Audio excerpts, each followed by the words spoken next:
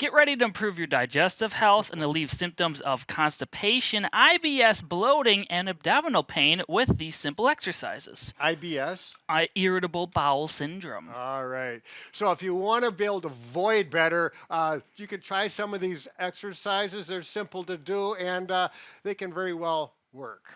I think this video is more for 50 and older, but maybe not.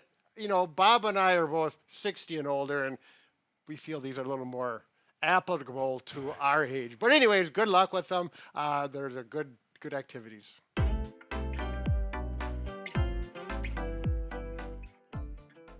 We want to emphasize that this is not for someone that is suffering from diarrhea. Obviously, that is the complete opposite problem where you can't stop going. Right. So to start any of these exercises, you'll want to get a 16-ounce glass of warm water, drink it all down, and so we get some ability for this things to start moving.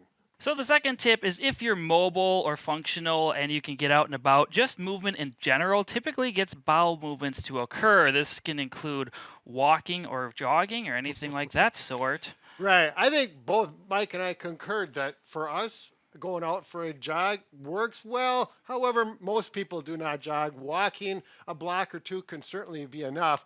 The exercises we're going to show you are as if you're unable to get out and do that kind of activity, or it's just not what you'd like to do. Okay, here we go. This first activity is simply lying on your back. You can do this in bed. You've already had your warm water. You're going to take your arms over the top of your head, assuming you have enough shoulder range of motion and it's not painful. And then you're going to do some diaphragmatic breathing, and that's where you breathe and you're going to feel your stomach go up, up, up. Take a deep breath and then exhale. This is something a lot of people do not do, and it's actually a good way to breathe, to relax, and when you do that, it helps push on the visceral content, which gets the voiding moving. So 5 times that. Now the next option is simply bring the knees up. And this oftentimes is more comfortable for people in this position. Again, arms up overhead if possible. In regards to your shoulder range of motion, take your knees and go to the left as far as comfortable, and then do the same type of breathing. Let that belly come up as you breathe. Relax the stomach muscles. And exhale. 5 repetitions that way and go this way. Now you may find one direction gets things moving, the other one may not. Do whichever direction works best for you, and it may be both. Okay, if you're not having success with the first couple exercises, then this is another option, but you have to have a little bit more ability and be able to get on your hands and knees for this. So we're going to do a child's pose type stretch, and you're going to reach forward, bend down like this, and you can hold this for a duration of time. You can also try going each direction, so maybe this way helps a little more, or that way helps. This will just kind of help get the bowels moving a bit and get some movement in there, plus you get a nice little back stretch. Right. And I think you might agree, Mike, you could do that, hold it for 15 seconds or so, depending on how it feels, and then come back up and do a few repetitions, like oscillating.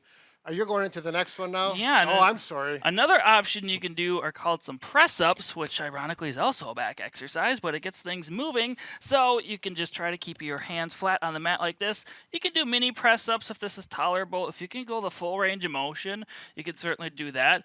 Try to do 10 repetitions. Just move through the motion and see if this helps. This may work. This may not. It's going to be very individualistic.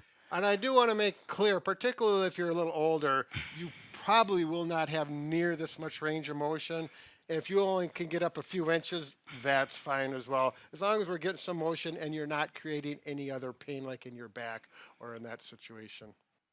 Okay, the next technique, this is may seem a little unusual, but it's field tested. Bob has used this, and he says it works well, and we'll tell you about it. You'll need a broomstick or a mop like this, something 5 foot tall. This is a little bit short, and you're going to use this on the floor, and you're actually on the toilet or the stool.